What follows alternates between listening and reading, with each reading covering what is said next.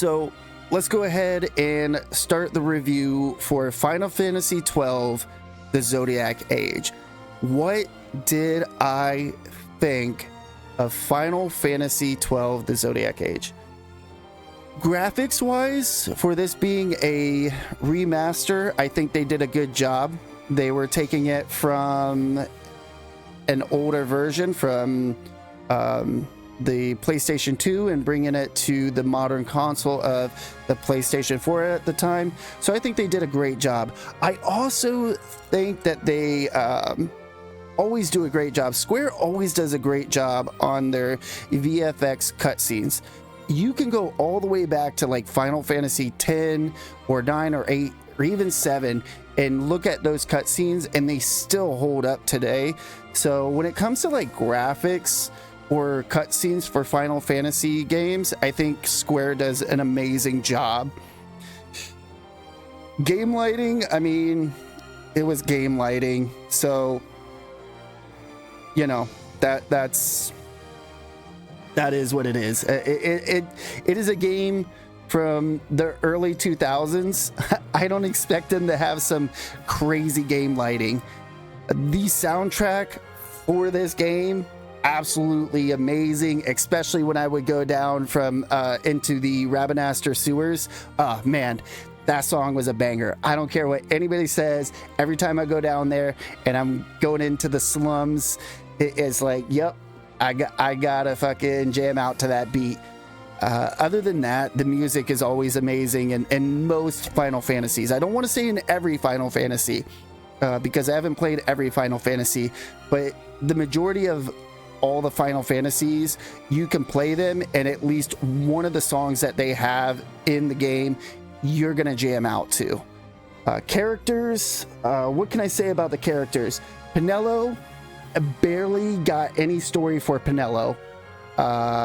She was just kind of a wayside character. Vaughn, I feel like as a main protagonist, he wasn't showcased like he was a main protagonist.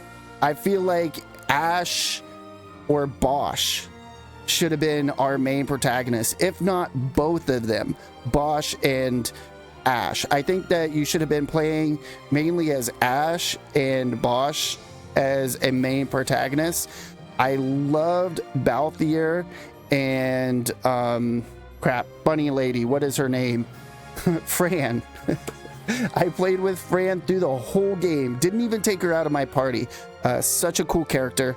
Love waifu, bunny foo, Fran, awesome.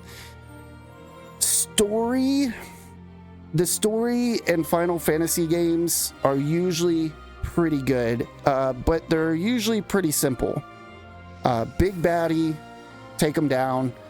Kind of weird to see Sid as the bad guy. I was not used to seeing Sid as the big baddie in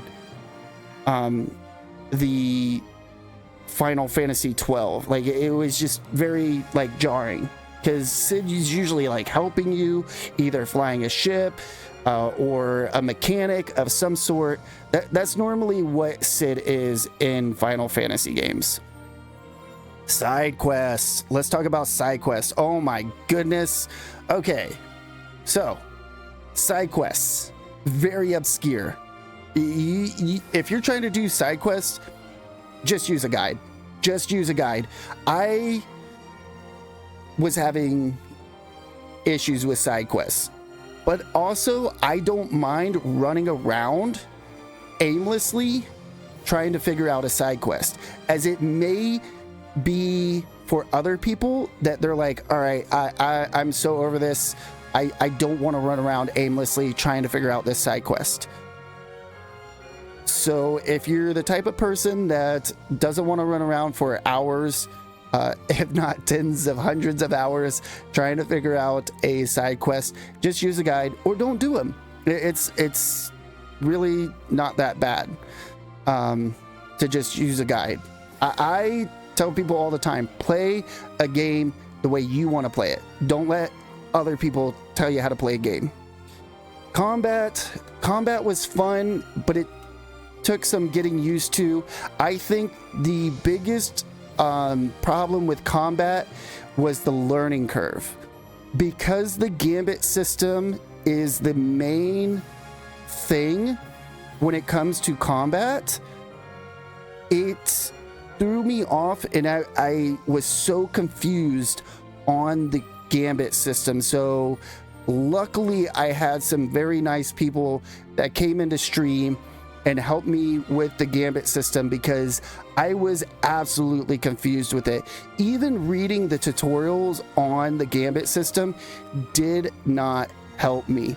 So if you're getting into Final Fantasy XII and you want to do good with the combat, you're probably going to want to look up a video, a guide, something online that is going to give you an idea of how that gambit system works.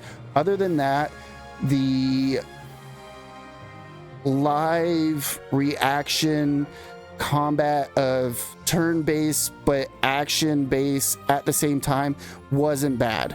It just was that gambit system that had a learning curve. So that was really what it came down to. Gameplay of Final Fantasy XII was really good. The environments were really beautiful. I can see that Final Fantasy 16 and 15 took a lot of inspiration from Final Fantasy 12 on how they built their worlds.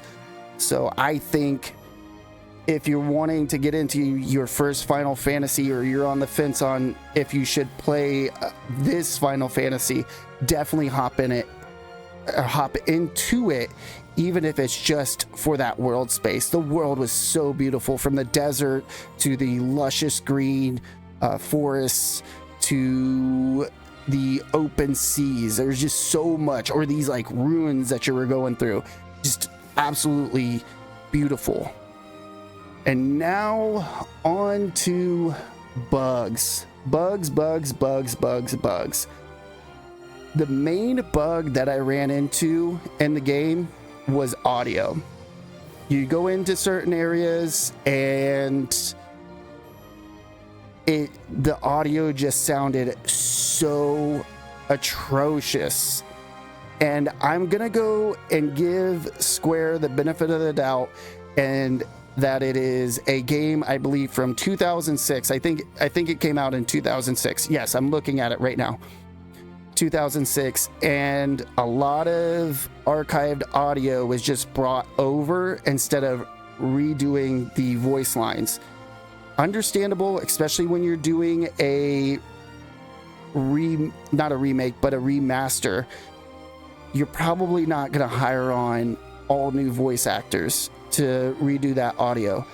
So I'll let the audio slide on the voice work sounding very echoey and sometimes staticky. Sometimes you get some static in the audio in certain areas. It was a bit janky. Camera, again, I'm going to chalk it up to a product of its time, but also when you're remaking a game and your camera system is still like you're fighting the camera, which FromSoft I feel has the same issue. You're always fighting the camera in that video game. Well, you're fighting it here too, because you'll be going through a hallway and then your camera will shift in certain angles and you're like turned all around. It was just a mess. The fleeing of combat wasn't too bad, but there was a lot to be desired there. There would be times that I'm fleeing combat and I just want to interact with something, and I wasn't able to because I'm fleeing, so I have to let go of the R2 button, and then I can finally interact with that. But then because there's stuff chasing me, I turn around instead of interacting with it. It just a lot of back and forth. And other than that, really wasn't too much wrong with it. Maybe some spelling errors, but that's a lot of like spelling errors, especially from a Japanese developer. there's going to be spelling errors. That's just what it is. So I don't hold that against Square. If I was to rate this game, what would I rate this game for people to play in 2025? I would give it at least an 8 out of 10. An 8 out of 10 because no matter what, you're gonna have fun with this game. You're gonna love the environment. You're gonna love the combat. You're gonna love the music. You're gonna love at least the majority of the characters that you're interacting with. But overall, it was just a fun experience. A great walk down memory lane to 2006 when the PlayStation 2 was the top console. So do yourself a favor, pick up Final Fantasy 12 if you haven't played it yet. You're gonna enjoy it. 8 out of 10, definitely recommend. All right, everybody, that concludes my review of Final Fantasy 12, the Zodiac Age. If you enjoyed it, go ahead and hit the thumbs up button. If you didn't, hit the thumbs down button. Let me know why down in the comments below. It only helps the channel. Also, if you enjoy content just like this, be sure to subscribe, or don't. I don't know. I'm not your dad. Do whatever you want. And like always, everybody, have a good morning, a good afternoon, or good night, whatever time it may be in your part of the world. Mr. John Wayne, signing off.